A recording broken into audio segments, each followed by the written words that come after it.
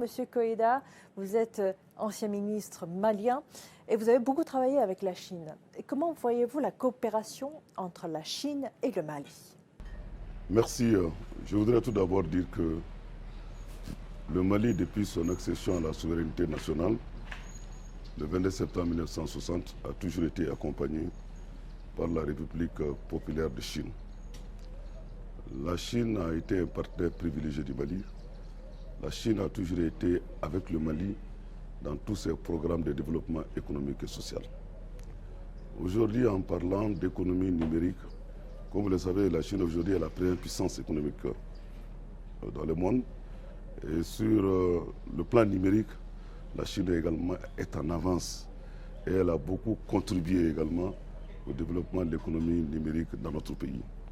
Donc en tant qu'ancien ministre, en tant qu'homme politique, je ne peux que féliciter cette coopération entre le Mali et la Chine.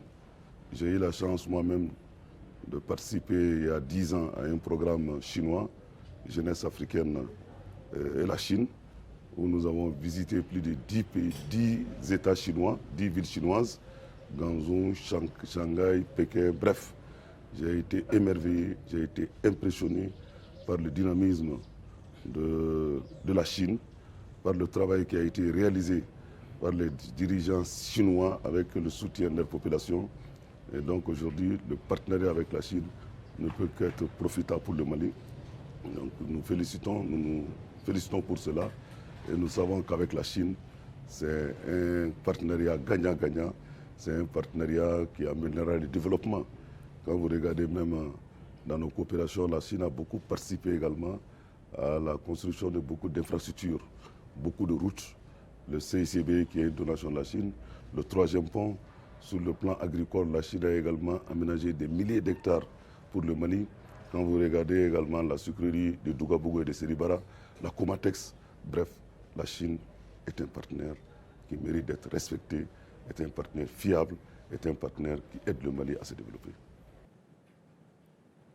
Alors la Chine, comme vous l'avez dit, a un partenaire pour le Mali. Mais nous nous rappelons tous que fin 2023, la Chine a annulé ses tarifs douaniers sur les produits d'origine malienne.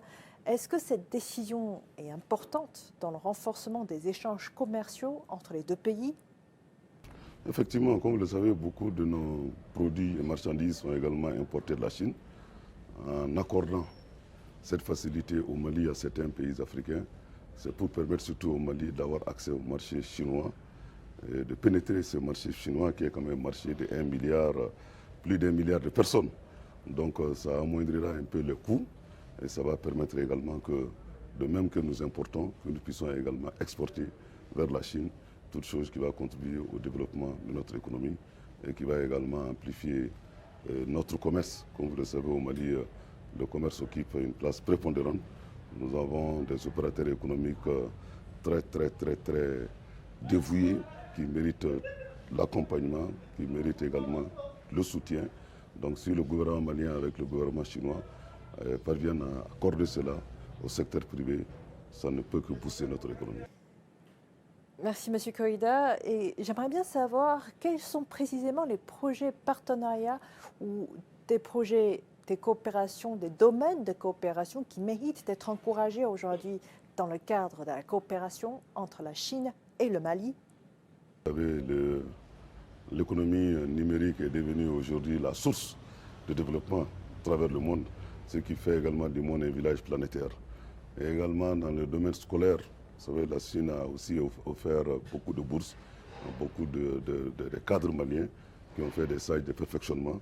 Donc bref, dans tous les domaines, nous pouvons compter sur la Chine et nouer un partenariat solide, un partenariat qui aidera le Mali d'être un pays émergent dans les mois, années à venir, tant que ce partenariat avec la Chine continuera.